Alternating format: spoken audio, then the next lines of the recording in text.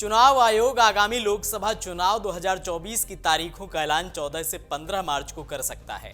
सूत्रों का कहना है कि 2019 के लोकसभा चुनाव की तर्ज पर ही इस बार भी 7 चरणों में ही चुनाव कराए जा सकते हैं। अप्रैल के दूसरे सप्ताह में पहले चरण के लिए मतदान हो सकता है। सूत्रों का कहना है कि चुनाव आयोग अगले हफ्ते किसी भी दिन लोकसभा चुनाव की तारीखों की घोषणा कर सकता है। फिलहाल आयोग आम चुनाव की तैयारियों का आकलन करने के लिए कई राज्यों के दौरे पर है। सभी राज्यों में तैयारियों का आकलन करने के बाद ही आयोग चुनाव की तारीखों का ऐलान करेगा। आयोग के अफसर अभी पश्चिम बंगाल के दौरे पर हैं। इसके बाद टीम उत्तर प्रदेश और फिर जम्मू कश्मीर का दौरा करेगी। ये टीम 13 मार्च तक अपना दौरा पूरा कर लेगी। इस बीच चुनाव आयोग राज्यों के मुख्य निर्वाचन अधिकारियों के साथ लगातार बैठक भी करेगा।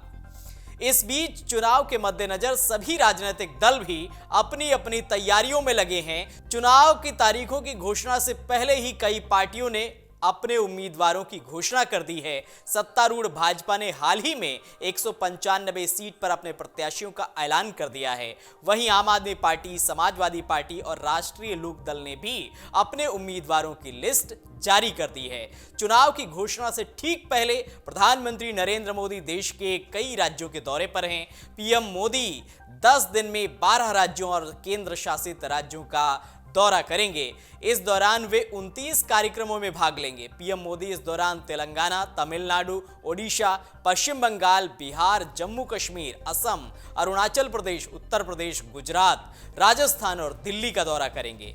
पीएम मोदी 5 मार्च से लगातार 13 मार्च तक दौरे पर रहेंगे। इस दौरान वे कई परियोजनाओं का शुभारंभ करेंगे, साथ ही जनसभा को भी संबोधित करेंगे। उम्मीद की जा रही है कि पीएम के दौरे खत्म होने के बाद चुनाव आयोग कभी भी चुनाव की तारीखों का ऐलान कर सकता है।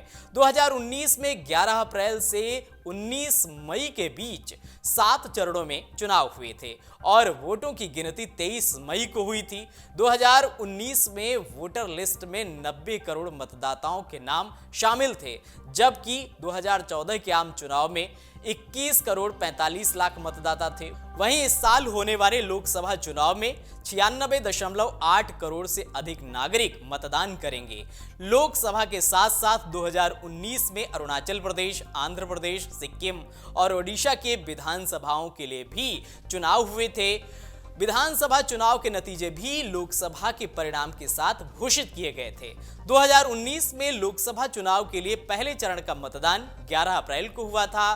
पहले चरण में कुल 20 राज्यों के 91 लोकसभा या संसदीय क्षेत्रों में वोटिंग हुई थी। दूसरे चरण का मतदान 18 अप्रैल को हुआ था। इस दौरान 13 राज्यों की कुल 97 लोकसभा सीटों पर मतदान हुआ था। तीसरे चरण के लिए 23 अप्रैल को 14 राज्यों की कुल 115 सीटों पर वोटिंग हुई थी।